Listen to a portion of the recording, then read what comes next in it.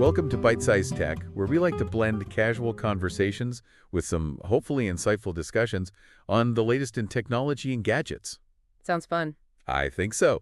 Buckle up, because today we're going to be diving deep into some seriously cool tech, Okay. from quantum computing That's right. to the wild world of venture capital. Yeah, You ready for this? absolutely. Always exciting to see where the tech world is headed next. All right, well, let's start with something that sounds like it's straight out of Star Trek. Okay. Quantum computing. Uh-huh.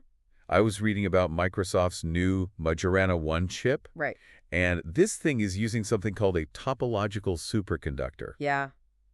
What even is that, and why should we care? Well, think of it like this. Okay. Regular computers use bits, which are like tiny switches that are either on or off, representing 1 or 0 qubits, Okay. which are what quantum computers use, Yeah. are like switches that can be both on and off at the same time. Wow. It's mind-bending, Yeah. but that's the power of quantum mechanics. Okay, I'm starting to get a headache just thinking about that, but I'm with you. Okay. More power, right? Right. So does this mean my next laptop is going to be a quantum computer? Not quite yet. Okay.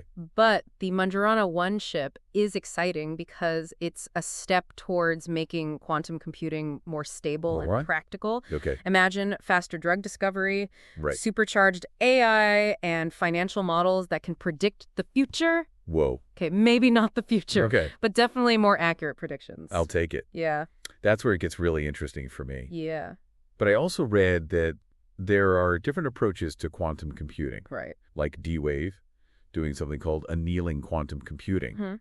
Is this a quantum race with multiple tracks? You could say that D-Wave is focused on solving specific types of problems, while companies like Microsoft are working on more general-purpose quantum computers. Yeah.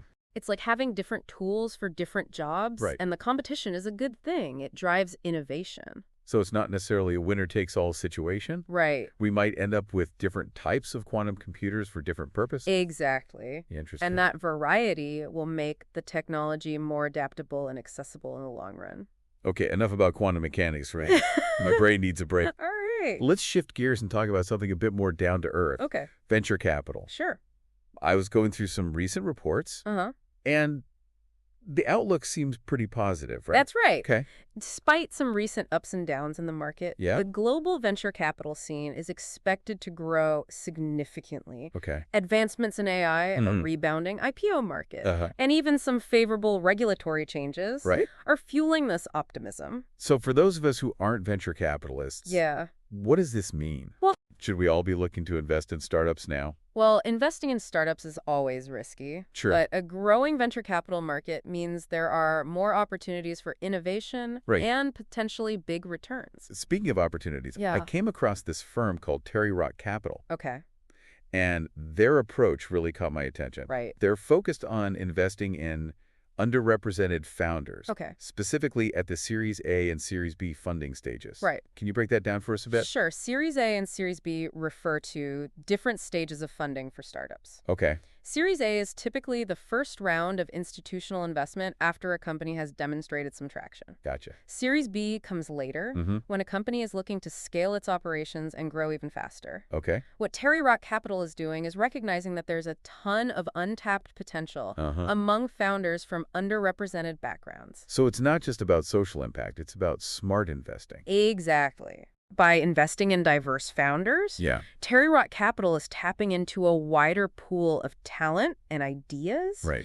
And they're backed by some major players like MassMutual, JP Morgan, Wow. and Goldman Sachs, which shows that big institutions see the value in this approach. So they're kind of like saying, hey, there's a whole world of talented entrepreneurs out there Right. who haven't had the same opportunities, Yeah. and we're going to back them. That's a great way to put it. It's Dude. about leveling the playing field and creating a more inclusive and dynamic venture capital ecosystem. And they're not just writing checks. Right. They're actually rolling up their sleeves and getting involved with their portfolio companies. That's right. Interesting. They're taking a hands-on approach, Okay. helping startups with everything from developing go-to-market strategies to attracting top talent. Right. They're committed to building long-term relationships Mhm. and helping these companies achieve sustainable growth. Okay, I have to ask, Yeah. what kind of companies are they investing in? Sure. Give us some examples. They've invested in companies like Coactive, Okay. which is developing tools to make it easier for businesses to analyze data from different sources. Interesting. They've also backed Vetable Health, Okay. a digital health company that's simplifying health insurance for small businesses. So they're covering a range of industries. Yeah. But it sounds like there's a common thread, Uh-huh. using technology to solve real-world problems. Absolutely. Okay. And that's what makes them such an interesting firm to watch. They're not just chasing the latest trends. Right. They're looking for companies that are making a meaningful impact. Okay, I think we need to move on from venture capital, but Okay. before we do, Yeah. I want to talk about Elon Musk. Okay. You know, we can't have a tech conversation without mentioning him, right? Definitely. Especially with all the buzz around X, Right. formerly known as Twitter. Always something happening over there. Well, I've been seeing a lot of conflicting information about the financial health of X. Okay. On one hand, Musk is claiming that the company is on the road to recovery. Right. On the other hand, analysts like Moody's are expressing concerns. Yeah. What's your take on this? It's definitely a mixed bag. Okay. Musk has made some significant changes since taking over X, Mhm. but it's still too early to say whether they've translated into a sustainable turnaround. One of the things I'm curious about is their reliance on advertising revenue. Yeah. It seems like they're trying to diversify their income streams, right? Yeah, they're exploring other avenues like Okay. partnerships with Musk's other companies like XAI, which is developing artificial intelligence technologies. Right. There was even a report about X supplying AI chips to XAI. But aren't there concerns about these intercompany transactions? Uh-huh. Could they be masking the true financial health of X? That's a valid point. Okay. Some critics argue that these deals lack transparency Right. and could be a way to artificially inflate X's revenue. Okay. It's definitely something to keep an eye on. So we've got this cloud of uncertainty hanging over X's financials. Mm-hmm. Yet investors still seem to have a lot of faith in Musk. Right. Why is that? Well, there's no denying Musk's charisma Yeah. and his track record of disruption in industries like electric vehicles, Mhm. space exploration. Right. Plus, there's the whole FOMO factor, Yeah. the fear of missing out. Oh, yeah. And investors don't want to be left behind if X becomes the next big thing. It's like people are willing to bet on the man himself. Yeah. Even if the numbers aren't crystal clear. It's a risky bet, Yeah. but some investors are clearly willing to take it. Okay. And to be fair to Musk, he Mhm. has achieved some incredible things in the past. So for someone who's thinking about investing in X Yeah. or any of Musk's ventures, Right. what's the takeaway message? Be your research. Okay. Look beyond the hype and be aware of the risks. Right. Don't just invest because of Musk's name. Yeah. Make sure you understand the underlying business model Okay. and the potential for growth. Wise words. Thanks. All right, let's take a quick break and come back to discuss some other interesting trends in the tech world. Okay. Like digital health and ed-tech. That's good. Stay with us. We're back. And, all this talk about AI and its potential has me thinking about the other side of the coin. Yeah. What about the risks? Right. It seems like everyone's talking about AI regulation these days. That's right. As AI becomes more powerful and pervasive, there are growing concerns about its potential impact on privacy bias, job displacement, Yeah. and even the spread of misinformation. Okay. Lawmakers around the world are starting to grapple with these issues, and we're seeing a lot of activity at the state level here in the U.S. So it's not just a federal issue. Right. Different states are coming up with their own rules. Exactly. It's a patchwork of regulations, which can be confusing for companies operating across state lines. Yeah, for sure. But it also reflects the complexity of the issue. There's no one-size-fits-all solution when it comes to regulating AI. It's a reminder that technology doesn't exist in a vacuum. Yeah, It has real-world consequences, and we need to be mindful of those as we innovate. absolutely. And that's why it's so important to have open and honest conversations about the ethical implications of AI. Yeah. We need to involve policymakers, Yeah. industry leaders, and the public in shaping the future of this technology. Speaking of ethical considerations, let's talk about Apple for a moment. Okay, They've always been a strong advocate for user privacy. right. But it seems like they're facing some tough choices. Yeah. Especially when it comes to encryption. You're referring to the situation in the UK where the government is demanding backdoor access to encrypted data, right? Yep. And Apple is pushing back, Okay. arguing that weakening encryption would make everyone more vulnerable to hackers and cybercriminals. It's a classic dilemma balancing the needs of law enforcement and national security with the right to privacy. Right. It's a tough one, and there are valid arguments on both sides. It's like the old saying, you can't have your cake and eat it too. Right. You can't have absolute security without some compromises on privacy, or can you? That's the million-dollar question. Yeah. And there's no easy answer. Right. But I think it's commendable that Apple is standing up for its users' privacy. Yeah. Even if it means potential conflicts with governments. It shows that they're willing to take a stand on principle, even if it means losing business. Right. And that kind of principled stance can ultimately earn them more trusted loyalty from their customers. Okay, we've talked about quantum computing, venture capital, Uh-huh. AI regulation, Yeah. and Apple's privacy battle. Right. It's a lot to take in. Yeah. But let's zoom out for a minute and talk about the bigger picture. Okay.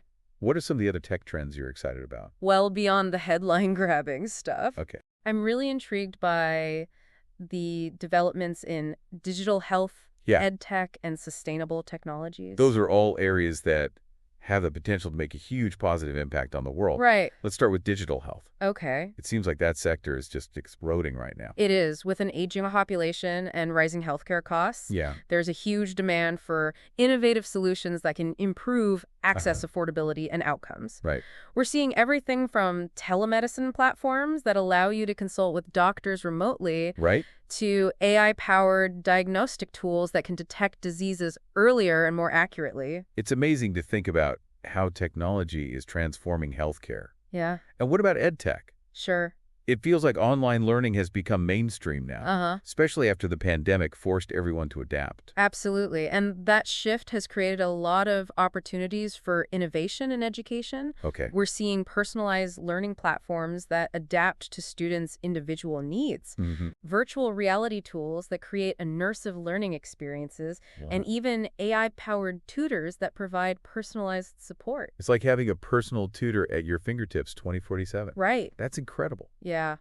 And finally, let's talk about sustainable technologies. Okay. It seems like everyone is finally waking up to the urgency of the climate crisis. Yes, and that's driving a lot of investment in companies that are developing clean energy solutions, sustainable agriculture practices, and carbon capture technologies. Right. There's a growing recognition that we need to act now to address climate change, Yeah. and technology has a big role to play in that. It's inspiring to see so much innovation focused on solving some of the world's most pressing problems. Yeah.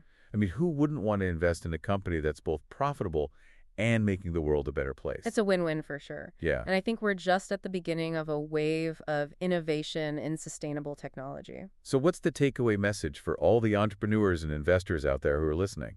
I'd say if you're passionate about using technology to make a difference, now is a great time to be alive. Okay. There are so many opportunities to create solutions that are both innovative and sustainable. And don't be afraid to think big. Right. Some of the most groundbreaking innovations have come from people who dared to challenge the status quo. Absolutely. The world needs more people who are willing to push the boundaries and imagine a better future.